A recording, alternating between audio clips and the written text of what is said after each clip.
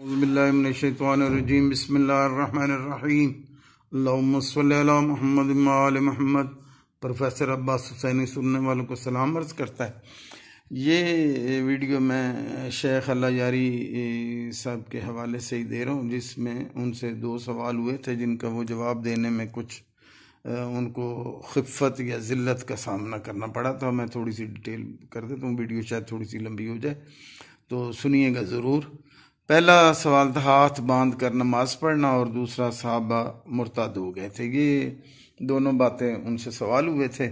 تو کسی صاحب نے سوال کیا کہ شیعہ حضرات مرد ہاتھ کھول کے نماز پڑھتے ہیں جبکہ شیعہ خواتین ہاتھ باندھ کے نماز پڑھتی ہیں، یعنی وہ ہمارے بھی گھروں کی خواتین سینے پہ ہی ہاتھ رکھ نماز پڑھتی ہیں، تو ڈیفینیٹ یہ ایسا ہی ہے۔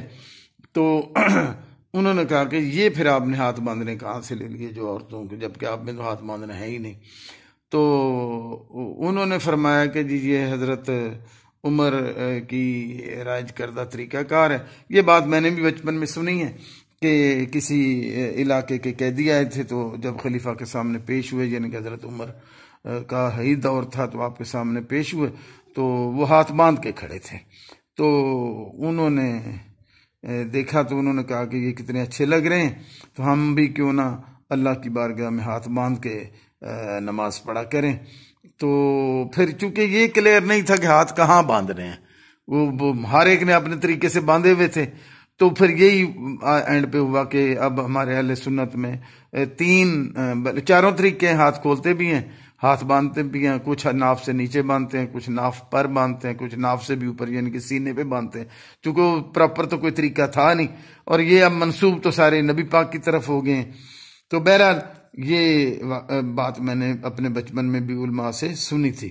تو بہرحال یہ خود ہی پھر اللہ یاری صاحب اسی ویڈیو میں کہہ رہے ہیں کہ یہ بات بھی کوئی ثابت شدہ یا نہیں ہے، یعنی کہ نظر بڑی یہ ضعیف روایت ہے۔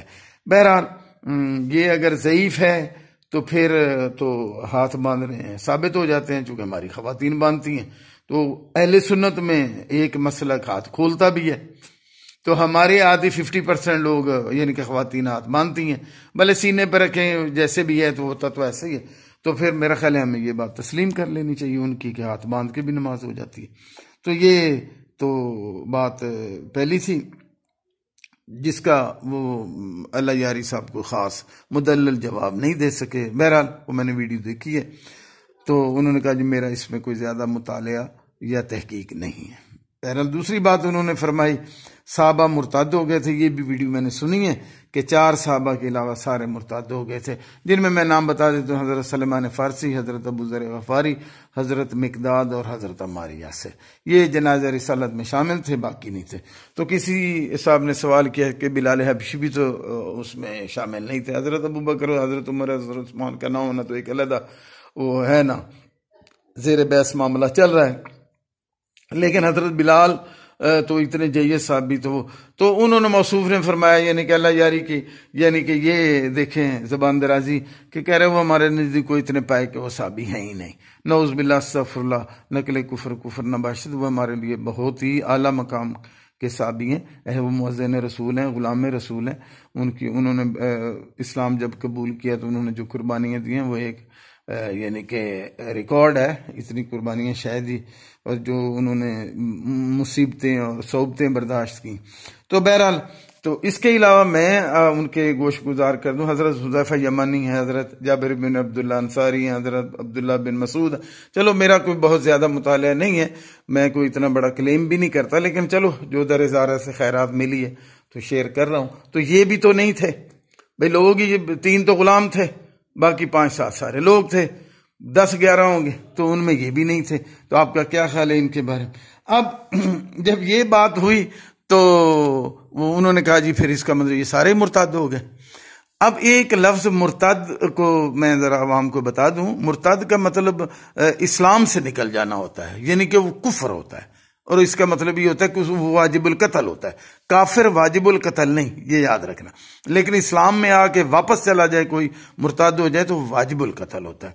تو بہرحال وہ کفر کا ایک یعنی کہ اور سنگین درجہ ہے۔ تو جب یہ انہوں نے بات کی تو پھر اللہ یاری صاحب کے پاؤں پھر جلے کہ یار اب میں تو صحابہ کرام اتنے جید لوگوں کو مرتد کہہ چکا ہوں، تو میں اب کیا کروں؟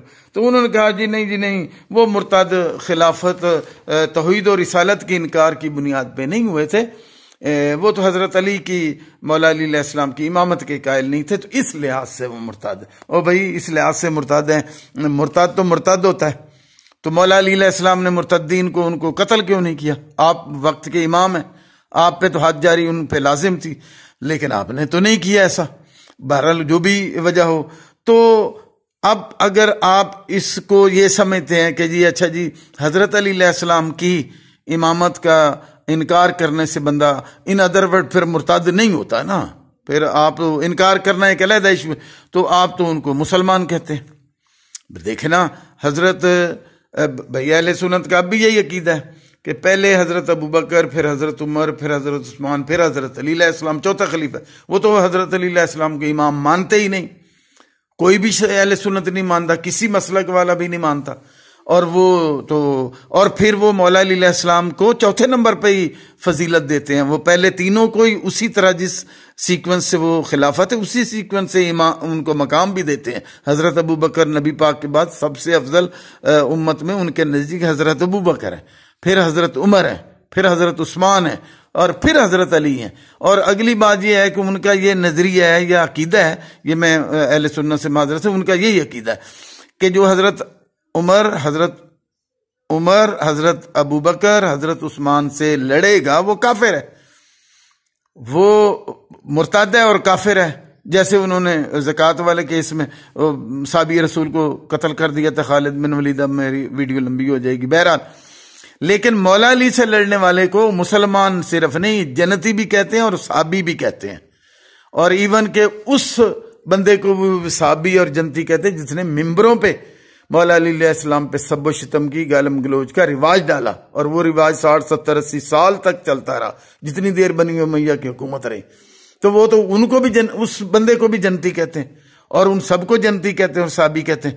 تو آپ، اور پھر اگر آپ کے نزدیک وہ مرتد ہیں تو پھر آج انہی کے پیروکار جو ہیں ان سے ان کا ہم ذبیحہ بھی لے لیتے ہیں۔ یہ جتنے ہم ذبح، آپ بھی مرغی لیتے ہوں گے، گائے بکرے کا گوشت لیتے ہوں گے، تو وہ اہل سنت ہی ہیں سارے، کوئی بھی امیر شام کو کوئی بھی برا نہیں کہتا، سب ان کے معتقد ہیں، صحابی رسول کہتے ہیں، خال المومنین کہتے ہیں، کاتب وحی کہتے ہیں۔ تو وہ پھر کدھر سے مرتد ہو گئے؟ وہ تو پھر مسلمان ہے، نہیں تو آپ تو ذبیحہ ہی نہیں لے سکتے۔ پھر رشتے ناتے بھی ہو رہے ہیں، گاؤں میں تو بہت سارے اہل سنتوں کو لوگوں نے رشتے دیے بھی ہیں، لیے بھی ہیں، تو پھر کدھر سے وہ مرتد ہو گئے؟ تو پھر جب پاؤں جلے تو پھر جی نہیں جی یہ مرتد ہونا وہ نہیں ہے، یہ نہیں ہے۔ بھائی وہ نہیں، مرتد تو مرتد ہوتا ہے، وہ نہیں ہے یا یہ نہیں، یہ کون سی بات ہوئی؟ یا پھر کہیں، اور پھر ہم نے یہ بھی علماء سے ہی سنا کہ حضور کی حدیث ہے کہ جو ولایت علی کا قائل نہیں ہے وہ جنت کی خوشبو بھی نہیں سونگھ سکتا، یہ بھی حدیث پاک ہے۔ لیکن اس میں حضور نے ان کو جو ولایت علی کے قائل نہیں ہیں ان کو مرتد نہیں کہا۔ بہرحال تو آپ نے مرتد کا لفظ پہلے بولا، اب آپ کے پاؤں جلے، اب آپ کہہ رہے ہیں کہ نہیں جی نہیں، اس مرتد کا مطلب یہ نہیں۔ اور بھائی اپنی بات پہ کھڑے رہیں، جو آپ نے کہی ہے اگر وہ حقیقت ہے تو اس پہ قائم رہیں، اور اگر وہ حقیقت نہیں ہے تو پھر اس پہ معذرت کر لیں، کیونکہ پوری دنیا میں اہل سنت، پھر بلکہ ہمارے تو علماء پرانے اور نئے آج والے بھی وہ کہتے ہیں اہل سنت بھی جنت میں چلے جائیں گے، اللہ کی رحمت ہوگی وہ بھی جا سکتے ہیں جنت میں۔ ابھی بھی میری کئی لوگوں سے بحث ہوتی ہے، وہ کہتے ہیں، اور ہمارے علماء نے لکھا ہوا بھی ہے، بزرگوں نے بھی لکھا ہوا ہے، آپ کو مجھ سے زیادہ پتا ہوگا۔ تو پھر وہ کیسے مرتد ہو گئے جو جنت میں بھی جا رہے ہیں؟ تو اللہ انہیں بخش بھی رہا ہے اپنی رحمت سے۔ تو بہرحال آپ اس چیز کا تھوڑا سا خیال رکھ لیں، اور میرا خیال ہے کہ آپ اپنی بات پہ قائم نہیں رہ سکے، چونکہ یہ آپ کے لیے ایک خفت اور ذلت کا مقام ہے کہ آپ اپنے آپ کو اتنا بڑا سکولر اور علم والی شخصیت کہتے ہیں، اور ان دو باتوں میں باقی ویڈیو چلیں جو بھی ہے وہ ایک علیحدہ ایشو ہے جس پہ آپ بحث کرتے ہیں، لیکن ان پہ تو مجھے تو بڑا عجیب لگا کہ تم اپنی بات پہ کھڑے ہی نہیں ہو سکے، اور یہ پھر پینترے بدلنے شروع کر دیا کہ جی نہیں جی ایسا نہیں ہے، جی فلانا نہیں ہے، ڈھماکہ نہیں ہے۔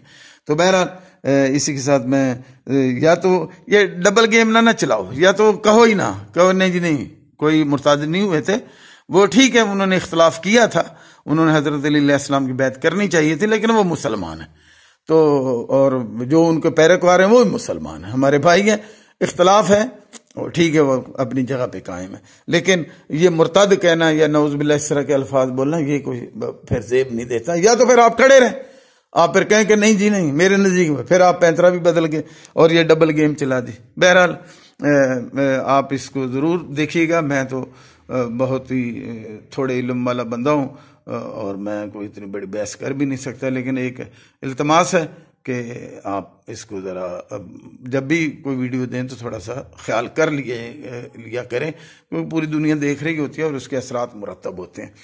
اسی کے ساتھ میں خدا حافظ کرتا ہوں اور والسلام، خدا